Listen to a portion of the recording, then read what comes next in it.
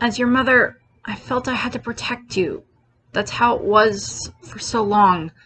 But now, seeing that look on your face, it's like I don't have to worry anymore. Hello. So this is actually the latest I've ever recorded a video. I'm actually recording this at like 9:30 at night because of timing, and I had computer issues earlier in the day where I couldn't get my computer to actually record anything, and my mom had to help me figure out what was going on with that. So thank you to my mom, which is appropriate because this video is about a mom. A very good mom. Um, and so, as you probably guessed by the title and such, this video is going to be about Inko Midoriya, mother of Izuku Midoriya, Deku, of course, from My Hero Academia. Um, and it's kind of just one of the videos that I wanted to do because it's like, you know, there's so many different like takes on Izuku's mom, and I read a lot of fan fiction, and there's one thing that if I see it in a fan fiction, I just usually tend to just like this part in a fan fiction just instantly turns me off from the fan fiction. And it is when they make Izuku's mother abusive or neglectful. And I'm like, that woman is anything but either of those two. She is loving, she is kind, she is sweet, she adores her son. She has done so much for him throughout his life. Um, and she has just been so protective of him as well. And I just wanted to do a video that was about her, that was about Inko Midoriya, and just her as mother and just her as a character living within this My Hero world. So I was just going to start off with some basic stats about her. Her first appearance, or at the beginning of the series, she is 31 years old, which is when we see her when her and Izuku are at the hospital talking to the doctor. And then in chapter 42, which is she's 41 years old from chapter 2 all the way up through the provisional hero license exam, or she's 41 in that range. And then currently in the manga, she is 42. Um, she has her quirk is just this unnamed small object attraction quirk. She can just make small objects move and like pull them towards her and everything. Like float some things around and different things like that. The only family she has that we are aware of are, of course, her husband, Hisashi Midoriya. All we know is that he has a fire flame quirk. We have nothing else about Izuku's dad, but this is not a video about Izuku's dad. There's enough theories about that. It's all mine. It's all for one. It's some other random person. It's a person that doesn't matter. His dad's a hero in America. Whatever. And then, of course, her son is, of course, Izuku Midoriya. In regards to Inko's personality, we see very much just like a woman who is trying to raise her son in this world where, by a technicality, her son is considered an outcast because, of course, as we know for the statistics that we get at the beginning of My Hero, it's that 80% of the world have quirks, 20% of the world don't. Izuku happens to be one of those 20% that does not have a quirk, whereas his mother has a quirk and his father has a quirk, regardless of whether or not his father is around. His best friend Kachan has his quirk. Kachan's parents both have quirks. So many kids in their class have quirks. Izuku's like the only person around that he knows that doesn't have a quirk. And Inko is just and I think where a lot of people see like the neglectful thing come in is, or like they think it comes in, is Izuku when Izuku and her find out that Izuku is quirkless, confirm that he is quirkless, and when he still asks if he can be a hero, and where Inko just kind of does it where she's just like, I don't think so, honey, type of a thing, where she's not as supportive as she could have been in that time frame. I've seen so many different takes on like what Izuku's mom's backstory is in regards to, where she works, what she does, who she's around, who's, her friends, anything like that, how she met Izuku's father. There's a lot of that. And basically what we know for Inko's history, pretty much the extent of what we know for her history, is that she is a fourth generation quirk user, so she's the fourth generation of her family to be born with a quirk. She married her husband, Hisashi, at some point in time, and then they had Izuku. She's 31 years old when they show the flashback, or at the beginning of the series, so she's She had Izuku when she was 27 years old. Um, and so, we don't know exactly what she did before that. We don't know what she did in school. We don't know what type of a family she came from. Obviously, either Hizashi makes enough money to support both her and Izuku in the apartment, and then him living overseas, whatever that may entail. And then, or he makes enough, but then Inko maybe has a job of her own. Lots of people make her, I've seen her be a nurse, a lawyer, work at a convenience store, um, you know, be a nurse and work at hospitals or work at places where there are, like in an old folks home or different things like that. And, lots of different variations of like what they think Inko does. Um, and I mean, it is kind of this, thing in anime to a degree where it's like, well, you see one parent, but not the other. You get it with Luffy where it's like, well, you've seen dragons and we don't know who Luffy's mother is type of a thing. I have videos on the channel about Luffy's mom. But, when it comes to Inko, she's there raising Izuku on her own. We know that because her and Izuku live in the same neighborhood at the very least as the Bakugos, that was how they met. The Bakugos, how Izuku and Kacchan met, and of course Inko, of course, knows who Kacchan is because Izuku and Kacchan were best friends when they were kids. There are theories that, and I can buy these, that Mitsuki, Kacchan's mom, went to school with Inko, and that they were best friends at school, and then Inko was kind of something along the lines of Kacchan's aunt, and then Mitsuki is Izuku's aunt, and then Masaru is kind of uncle, which is kind of just a term of endearment type of a thing. It's when you have a family friend that's a really close family friend, but they're not actually legitimately related to you, but they're kind of like an aunt or an uncle type of a thing. I have that with my sister's best friend. Her daughter is basically another niece to me because my sister's best friend is basically another older sister to me because she's been around since I was a baby. Since her and my sister have been friends since before I was born. So there's that. And so there's that possibility there, but we just don't quite know. But of course, the way that we see Inko react when they're at the hospital and they're talking to the doctor. By the way, same doctor that works for All for One, which is just disturbing in and of itself. I'm going to do a whole video about that guy. He's very disturbing. But I'm going to wait till some stuff comes up in the anime, till we get a little bit more of season 6. But, Inko and Izuku, Inko seems to have always been very supportive of Izuku. We get these different flashbacks throughout the course of the series where we see Izuku, in different All Might onesies, which is adorable. And him showing his mom, his, the hero names that he came up with, or them playing hero where, she's pretending to be in danger and Izuku's running in as All Might, pretending to save her and everything like that. Now, since we don't get a full context of when this would be going on, it might have been before or after he, was deemed quirkless, and it may have been she's playing with him because none of the other kids play with him. Whether or not she knew that Bakugo, that Kacchan was abusing Deku is a little bit, or bullying Deku is a little bit left up for debate because the fact that Inko is okay with standing up to All Might, which I will get to, kind of implies that maybe she would have marched over to Mitsuki and Masaru's house and been okay, your son is bullying my son, and this is not okay. But there's other fanfics where yes, this did happen, but Izuku told her not to do anything because he didn't want to get Kacchan in trouble and all this other stuff. So it's just fanfictions come up with different reasons as to why she doesn't say anything, or Bakugo's parents know and they've tried to do stuff, but he's still Bakugo and he's still headstrong. So there's that whole thing there. But she does put a lot of weight on herself in regards to how she copes with the guilt, because she feels guilt in regards to the fact that Izuku is quirkless.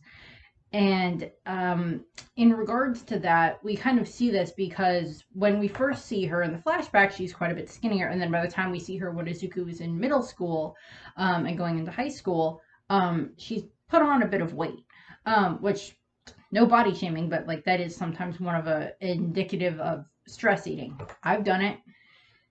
I've done that before, stress eating. Um, and it may have been something along those lines as well. It may have been something that affected Inko in that regards, and she just put on weight as a way of coping with her own guilt. And as we see, when we get into the entrance exam arc, when Izuku first gets his like, amazing diet plan or whatever from, All Might, he goes and he tells his mom, hey, I'm going to be doing this diet and I'm going to be doing a bunch of training and everything like that. And to try to train to get into UA for the entrance exam, and can you make this diet for me? And she just goes all in on it. She's just like, oh yes, of course. Like she does the food for him. She probably helps buy him some of, like, we see him like lifting weights a lot. Like she probably helps buy him that type of stuff. And during that time frame, she seems to be very supportive of him. And going into, of course, into the entrance exam, we of course have it that she's very encouraging of him in that regard. Bit worried, of course, when he starts to appear very tired all over the place. But she's very supportive of him in that regard. And of course, when he comes back from the entrance exam and, when he's like still kind of like in a funk for, not, doesn't think that he did very well, of course, at the entrance exam. And then, of course, we see her reaction when she like brings in like the letter from UA that'll have like the acceptance or not acceptance. And like, she's just like, oh my God, Izuku, it's here. Just like all that like freaking out type of a thing. And, she's like, we see her like pacing outside of Izuku's room while he's like listening to the, watching the video from All Might saying that he got into UA. And when he comes out of the room, Izuku is just smiling and she's just like, oh yeah, you got in. And she's just like so happy and so proud of him and everything. And I just love how happy she is about that. And of course, as we see throughout the course, then when we get to where he's actually at UA, when he gets to like the first day there, first 2 days there, when they get up with their costumes on for the first time, you get the whole backstory that was like, oh, when students, first got accepted into UA, they went and they, designed out these costumes that they would like to wear.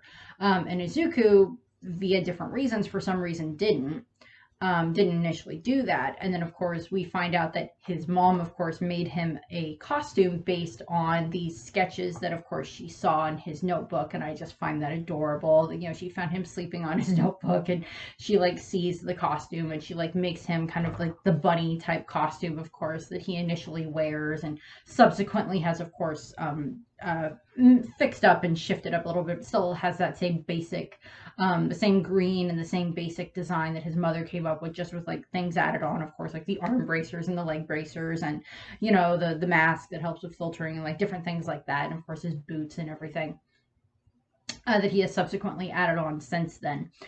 But it's still the same basic costume underneath that his mother designed for him. And she does this speech to him where she's just like, I'm sorry that I wasn't as supportive of you when you were a child as I could have been. That instead of just holding you and saying, I'm sorry, no, I don't think you can be a hero, I should have been trying to lift you up, to encourage you, that I regret the way that I did that, and I'm sorry that I didn't try to do better by you at that point in time. And of course, Izuku, because both him and his mother are crybabies, which is fine. I'm sure they like sat there and like hugged it out and like, he was like so happy and like he's proud to wear the costume, of course, that she made for him. And he's like sad when he gets like torn up a bit by like Kachan during their big battle and everything. But like he's subsequently, of course, wanting to keep the design throughout the course of everything. And then of course during the sports festival arc, she's like sitting at home watching him on the TV during a sports festival, or just like crying her eyes out every time that he's like in an event or whatever. It's just like, oh my God, my baby. And I just find that so adorable. I love Inko. She's so sweet. And I mean, in all honesty, I mean, like, I don't think my mother would be quite that way if I was like, if I was in this situation where it's just like, oh, you're going to a, high school because you have powers, whatever reason, I have powers now. It's like, I don't know if my mother would be quite that type of a, like, oh my God, my baby, like every time that I like stubbed my toe or like anything happened. But I'm sure she would be worried, because like any parent should be worried about their child regardless. It's like they're in a hero course, they're training to be heroes. This is something that like I'm sure a lot of the other parents at UA have gone through. That currently have children at UA or, had children there in the past. how worried they must have gotten at various points in time in regards to just, the amount of danger that they put their child in. That they kind of willingly put their child into, that their child literally asked to be put in. And of course, like, she watches his fight, when he's going through the obstacle course, and his fight with, Shinso, and then with Shoto and everything like that. And just how, like, how worried she was that entire time. Like, we see, like, at one point she's got, like, Kleenexes piled up all around her from, like, how much she's been crying and everything. And, it's like Izuku, because it's like a lot of this stuff takes place at school itself. We don't see as much of his home life, but we still see pieces of it. And of course, one of the other times that we see her is during the forest training camp arc. And we just kind of see her before the kids head off, because it's like all the kids go to the mall, so that way they can get their, get whatever gear and everything that they need when, before they go to the training camp, which they think is going to be fun, and then it's not. But when, Izuku is at the mall, and he ends up having, the incident where he has, Shigaraki have, his hand around his neck, of course, threatening Izuku, basically. We have Inko showing up at the police station after everything's been all finished and everything. Like, Izuku talked to the cops and everything. Like, he, All Might was there. She doesn't know it's All Might, of course, at this point in time. But, she shows up, and she's just, like, so worried for her baby boy. And, like, I don't blame her in the slightest. Again, I don't blame any parent in this series for being concerned about their child being at a high school full of heroes. Kids training to become heroes, even with heroes as teachers. It's like, literally, like, within the first week that he was at UA, there was, the incident at the USJ where, a bunch of villains managed to, sneak their way into the school, somehow get past security and get into the school, like all this other stuff. It's just like, you see all of that. And it's like, I don't blame the parents at all for being concerned. And of course, we just see her just get, be very worried over her son, at the police station. And he's just, like, trying to calm her down and tell her that everything's fine and everything. And, like, they go home, and, like, I think they, like, I don't remember if it's, like, they get, like, a ride home from the police, or if, like, they take a cab home. I don't know. But, like, we just see, like, Inko sitting in the car. Like, she's, like, been crying, so her eyes are red. Like, Kazuku's just kind of sitting there next to his mother waiting. And then, of course, the next time that we see her is after the hideout raid arc, because of course she was probably, of course, informed when, of course, Izuku and the rest of the camp, the rest of the class 1A and class 1B, got back from the camp after it was attacked, of course, by the Vanguard Action Squad with Dabi and Toga and Twice and everybody. And when we, she was definitely informed the fact that, like, oh, Izuku was hurt, blah, blah, blah, blah, blah. He got, like, both of his arms were hurt and his legs were hurt, and, all this other stuff. And she was definitely informed of that, because I don't know if we see anything about, like, her, like, Izuku calling her. Yeah, he calls her about his injuries and everything, but that he's fine and everything. And then, of course, after what happens in Camino Ward, I'm sure, like, Inko, like, watched on television like everybody else did, with, like, this big battle that happened between All Might and All For One, of course. And of course, after all of that happens is, of course, when, all of the students then, are going to be moved into the UA dorms. And, the different teachers have to go and talk to the different parents and everything. And of course, All Might, goes to talk to Izuku's parent, go talk to Izuku and Inko himself. And, we get the moment, and it's like, it starts off funny because it's just like, Inko and Izuku, like, welcome All Might into their home.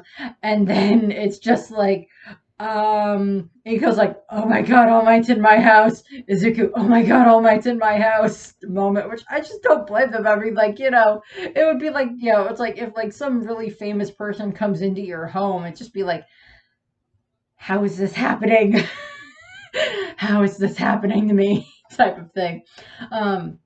And obviously, you've, like, even from Izuku's point of view, it's like, you've been hanging around with All Might for, like, a year at this point in time, with all the training that you did and everything like that on, on the beach and, just all this other stuff. It's just like all this time that you've spent training with him and everything, like, and it still hasn't like worn off the fact that you get to hang around All Might. His quirk is in you.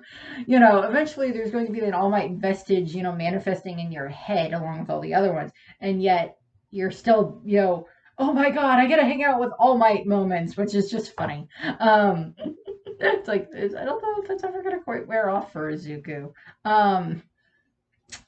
And then of course there's the fanfics where it's like it's Dad Might, where he is Izuku's biological father, like him and Inko get married or something along those lines. I don't know. They're funny. Some of them are pretty good in that regard.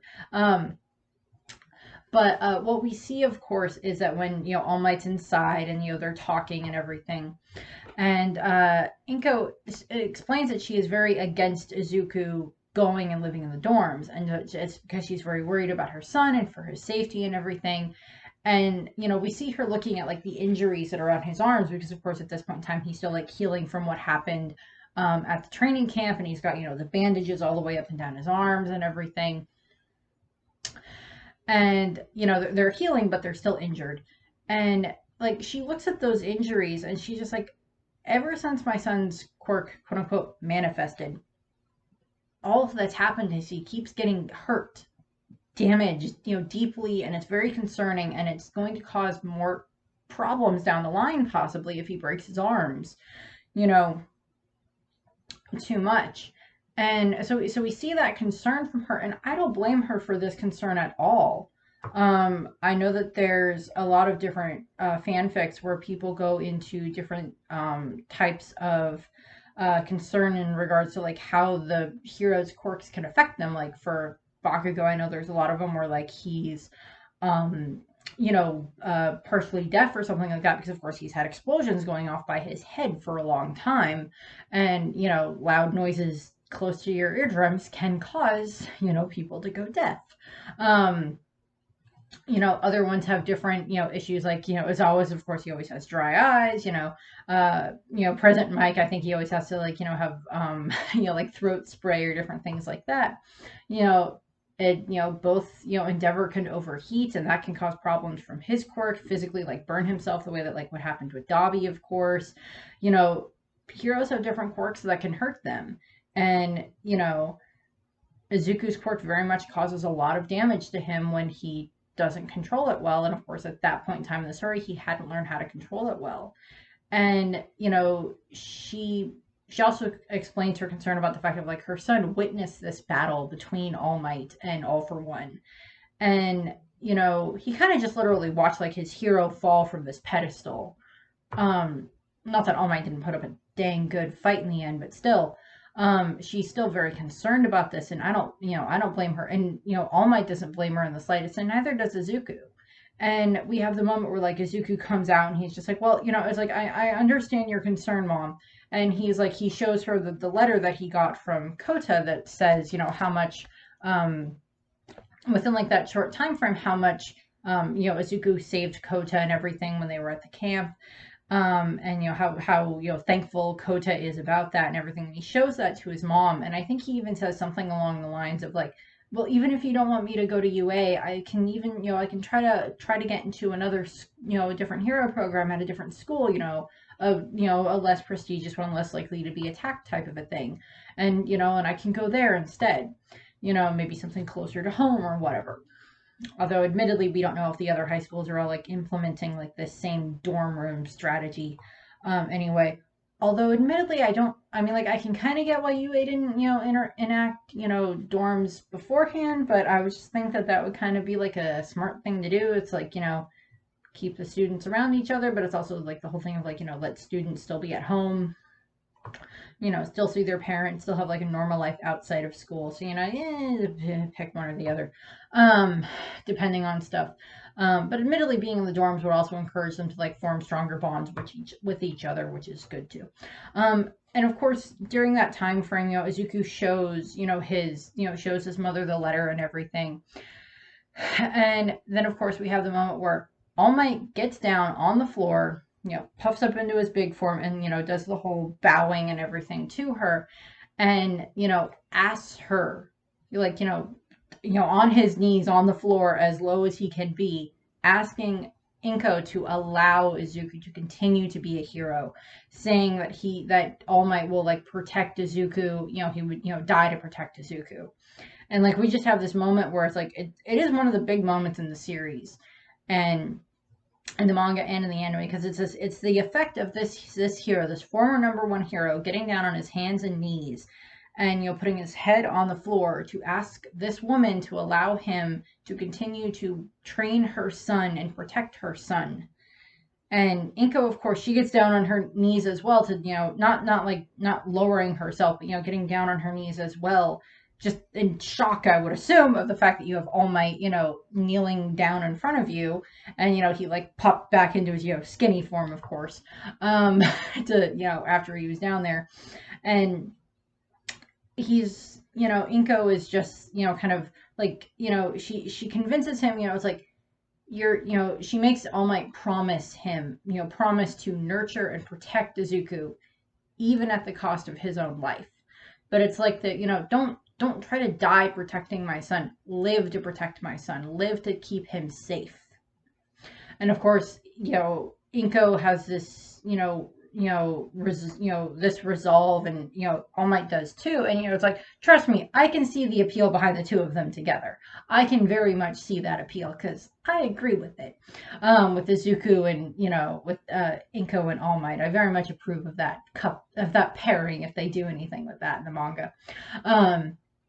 I highly doubt Horikoshi is going to go that way, but if he did, I would approve.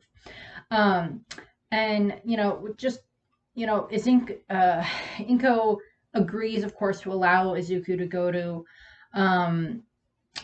UA, to go and live in the dorms and everything like that. She's still very, of course, concerned about her son, but she allows him to go to do that, and he, All Might like accepts her terms of like protecting Izuku without any hesitation and everything like that. And, when Izuku and All Might are talking after, they go outside and everything, and like Izuku and All Might talk and everything, and All Might says, yeah, your mom kind of reminds me of like my predecessor, of like my teacher, of Nana, and, and it's because like she does, and he's like, yeah, I think it's the hair, because they both have like their hair up and like ponytails and everything like that. And I've seen lots of artwork of like Inko and Nana, and like All Might talking to Inko, and just like I've seen lots of funny artwork about that, and it's so cute and adorable.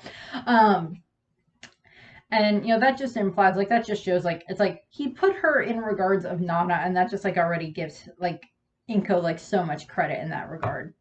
But we also see it when like Inko is like looking out at them talking. We see she's still crying, of course, because she's still worried about her son. And yes, she's she'll allow him to go to UA because that's her son's dream, and because she wants to support him, but she also wants him safe. And it's this whole thing of like if he's at UA, he's like at least safer than he would be somewhere else, and like all this other stuff. So there's a lot of that goes into that.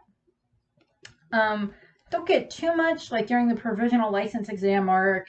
He gets his costume modified and upgraded and everything, and like Mineta asks him why he doesn't like do a bunch of other stuff, and he's like, oh well, my mom made it for me, so I don't really want to do that. So that's just like this inclination to that. And of course his mother was probably one of the other first people that he texted after he got like his provisional hero license, besides All Might. His mother was definitely one of them. And then, of course, for the Endeavor Agency arc, we see that arc kind of starts with like Izuku and a bunch of the other students, of course, getting to go home and like have like a Christmas with their families, New Year's. And what we see is, of course, on New Year's Eve, Izuku is like visiting his mother, of course, and like they're just like talking and like watching stuff on TV, which is, I'm assuming, just different things, of course, that they show on TV. And he's been he's been doing more and more training and everything, and like Izuku strikes me as the type of kid that's probably like if his mom calls, he'll answer the phone and like of course talk to her, and text her when different things happen, and different things along those lines.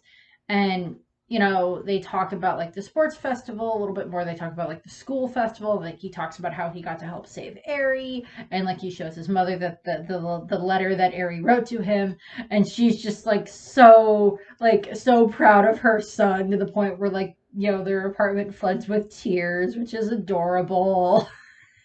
And like I think he tells her about like the joint battle training, and that just kind of makes her worry a lot. And then of course there's just moments where she just like looks at Izuku, or like she just like gives him like this deadpan look of just like, hmm, yeah, mm-hmm. Which I'm like, I've gotten that look from my mother before. I've given my mother that look before. It's the look of a mother that it's like, you're not pulling anything by me, kid. I raised you. I know exactly the way your mind works, type of thing. Um, but of course she's, you know, she's still worried about him, of course. You know, and you know, she confesses that she's of course been worried about him this entire time. You know, when he was born quirkless and everything, and how he always tried to help others, even if it ended up with him getting bruises all over him, which of course calls back to the very first chapter, very first episode, where we see him as a kid, of course, you know, standing up to Kachan to protect another kid. And how she always thought that she had to be there to protect him, and seeing how much he needs her like less and less, and has made these huge, you know, matured so much and made so much progress in regards to controlling this quirk that he has and everything. And it just makes them both cry because they're both so happy, of course. And like she sends him off when he goes to go do his work studies, and she's just like so proud of him. And then we get into the Paraliberation War arc. So, during the time frame that Izuku is, of course, fighting during the Paraliberation, you know, Paranormal Liberation War arc, Inko is seen like she's out shopping, unaware of the current situation that's going on, and the conflict that her son and dozens of other heroes are in, and that, you know, heroes and civilians are, of course, killed in, and this mass destruction caused by Tomura. She doesn't learn about that until she, like, sees it on the news. And after what happens is, of course, when they start moving, they plan to move all of the different the parents and the family of like a bunch of the UA students into the dorms or into the campus and everything to keep them safe. But the other thing is that when Izuku is in the hospital, of course, Inko visits him, and this is where he, of course, informs her about what had happened with his quirk, why he has his quirk. Him and All Might, I believe, explained to Inko everything that happened, why he has the quirk that he has, everything, you know, all of it, that All Might's the one that gave it to him, and we get this whole big explanation. And that he has to go and do what he needs to do to try to protect, to go and try to fight Tomura and try to stop these villains, because he has to, and it's to protect her and to protect everybody else. And she, you know, I can just picture this moment, because it's just like, I would have the same feeling where it's just like, I mean, like, the closest I can think of is like, if you're like a mother sending their son off to war, or something along those lines. You know, insert name of whatever war you want to add that into. You know, it's like this, you know, it's like you're a mother sending your child, your only child that you have spent their entire life protecting and watching grow, and just like sending them off and not knowing if they're going to come back. And if they do come back, what kind of condition are they going to be in mentally, physically, you know, all of that. And it's just, I can so picture with Inko, you know, just how worried and how sad and how troubled she would be about sending her son off. And she just like, of course, she greatly objects. She does not like the thought of him going off. She's very, very against it. And, you know, but, you know, she's just like, you're injured, you're still hurt, you're not healed, you know, blah, blah, blah, blah, blah. And he's just like, I have to do this. I have to go and do this because it's the right thing. And he does. And, you know, it's like he hugs her, and he's just like, he loves his mother so much. And he also is leaving because he wants to protect her, of course. And and he heads off and everything. And of course after that is when, like, all the parents are getting moved into the dorm areas. We see Misky and Masaru go there with Inko and everything. And all the other parents get moved in there. And then of course we have Izuku goes off and is like, I'm gonna go gallivanting and fight heroes and try not to die for like 3 months. When he heads off to go do that, and, like, gets a really good at the rest of his quirks for that time frame while he's talking to all the different vestiges, of course, which is good. Good, bad that he's running around on his own. And what we see is, of course, Inko has, of course, been staying at UA for that time frame, and the next time that we see her is, of course, when the class brings Izuku back to UA, and of course we have the whole moment where, like, so many of the different civilians that are staying at UA at that point in time are just like, it's like, no, you can't bring that boy in here. He's just gonna, like, lure the villains here, and they're just gonna attack, and they're gonna, like, kill us all, and blah blah blah blah blah. And, like, we just see Inko in the crowd, and I think we see Mitsuki with her, and it's just like Inko is just trying to get through this crowd, because it's like what Inko sees is something similar to like what Class 1A sees and what the teacher sees what the teachers see when it comes to Izuku, and what the parents of the other students see to a degree when they see Izuku. They see this boy that has been out running around for the last however many months. He's covered in dirt. He's got injuries. He's got blood on him, whether it's his own or other people's. It's sometimes left up for debate. And just like all this other stuff. And like all she wants to do is push her way through this crowd of people, get her way to the front of the crowd, grab her son and drag him in and hug him and give him food and a bath and let him sleep and just hold her baby and know that he's okay. That's all she wants to do. She just wants to go through this crowd and get to her son. That's it. Because it's like all the rest of the teachers, all the rest of the parents have had their children at UA for the time frame. They know where their child is. She has spent the last, whatever many months not knowing where her son is, not knowing if he's alive, paying attention to probably any news that's coming in, anything along those lines, just to verify that he is alive. And probably the two people that have probably been keeping her the sanest were probably the Bakugos, Mitsuki and Masaru. Possibly, Kachan as well, and like probably some of the rest of the UA class were probably there trying to help keep her sane, because it's like, it's her baby boy is not where he's supposed to be. He's not safe. And I can so picture that. I can picture that 100%. And she's just like, she's trying to get to the crowd, trying to get to him, because she's just so worried about him. And whenever they get to that in the anime, I'm sure like that's not going to be until like season 7 of the anime, wherever that lands, because like season 6 is going to be a huge amount of season 6 is coming out. That's going to be the the Paranormal Liberation War arc and all that there, and then possibly end with like when Izuku goes off on his own. And then we'll like maybe season 7 will probably be like this part here to like finish up the series. Or we see Izuku's adventures on his own, and then like, when we see Inko like finally getting to get to her son. But like, she's there, she witnesses, like where Izuku talks to the crowd, where like the teachers are trying to convince them, where like, and then like, of course, where Araka is the one that like finally convinces everyone to let Izuku into the school. Let him come in, let him rest. That type of thing. We see that and see that whole thing that happens there.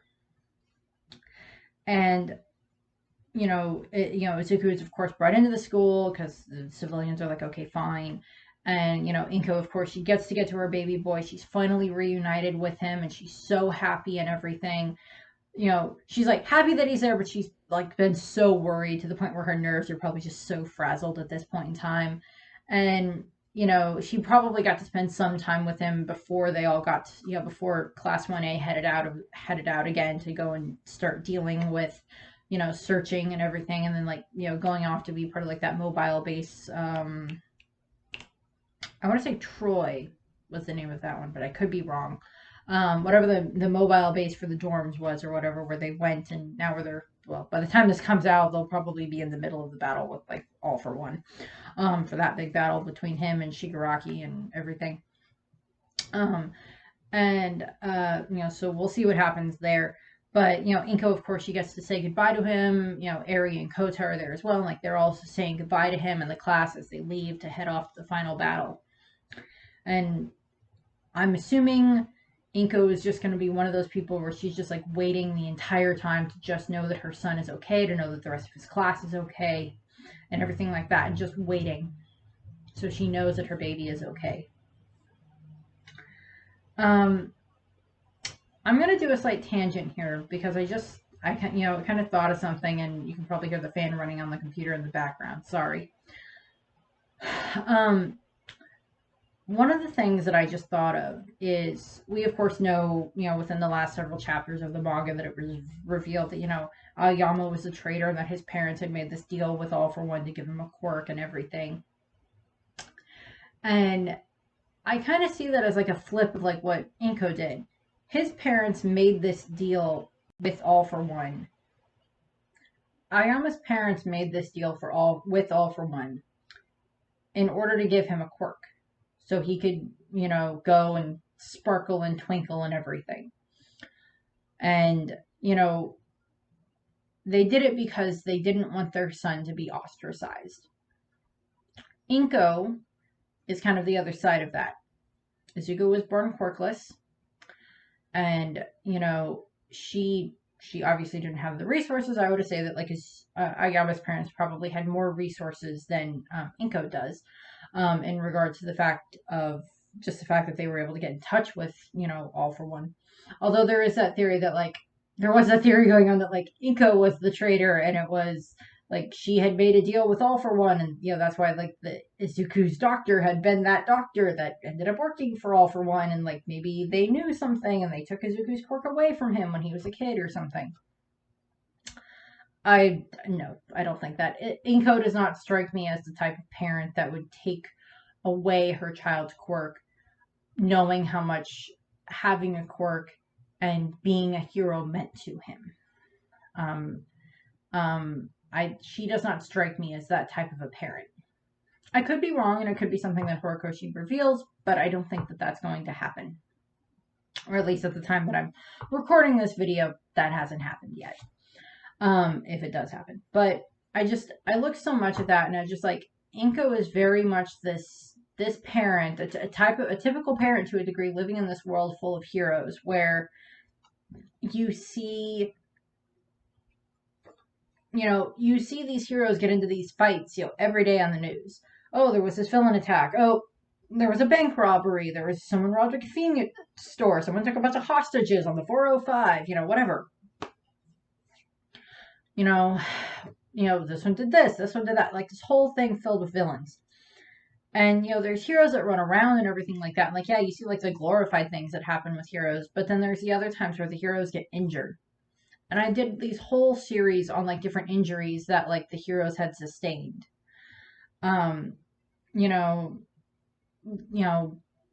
Missing, different people having so many different injuries from the heroes and everything. For the heroes themselves having injuries, and the students to a degree having injuries at this point in time as well. And I don't blame Inko in the slightest for as protective as she is of Izuku and how much she just wants to make sure that her son is safe. I do not blame her in the slightest for that. But she also is this parent that is going to be very supportive of her child. As supportive as she can be, give him as much love and everything as she can muster. And hopefully by the end of the series, hopefully by the end of this arc, it'll be, Izuku and the class will return, hopefully triumphant. And, Izuku will show up and he'll get to hug his mom and he'll say, that the bad guy's gone or whatever it'll end up being, All for One's gone. He's not coming back. I'm not going to be surprised if All Might dies in the process of some of this. That's not going to be surprising. I hope they're not going to pull the thing where, like, one of the students dies. I really hope not. But we'll see. I really hope they're not going to do something where, like, somehow All for One's going to have, like, Inko as a hostage. That would be disturbing and wrong. But I also wouldn't be surprised if he pulls that with Toga. Like, somehow Toga got a hold of, like, Inko's blood. and, you know, shapeshifts into her and pretends to be Inko to, like, throw Izuku off. That wouldn't surprise me in the slightest if they tried that, but I hope they don't. So that's what I have in regards to this. So I thank you very much for watching. I hope you enjoyed the video. As I said, this is the latest I've ever recorded a video. It's actually, like, you know, night outside here. It actually snowed a little bit earlier, not enough to, like, stick to anything, but it snowed a little bit. And it's actually about 10:15, so it took me about 45 minutes to record this. So I'll end up editing it tomorrow. I would have recorded it earlier today, but as I said, my computer was not working the way it was supposed to, and then I had to have my mom help me. So I got to have my mom help me technically with this today. So I thank you very much. I hope that you enjoyed the video, and I hope that you have a nice rest of your day and or night whenever you watch this. Bye. I said something awful to you. I've always regretted that. Back then, I just gave up on you. But you never quit, Izuku. You kept chasing your dreams. I'm sorry, Izuku. So now I'll be cheering you on with everything I've got.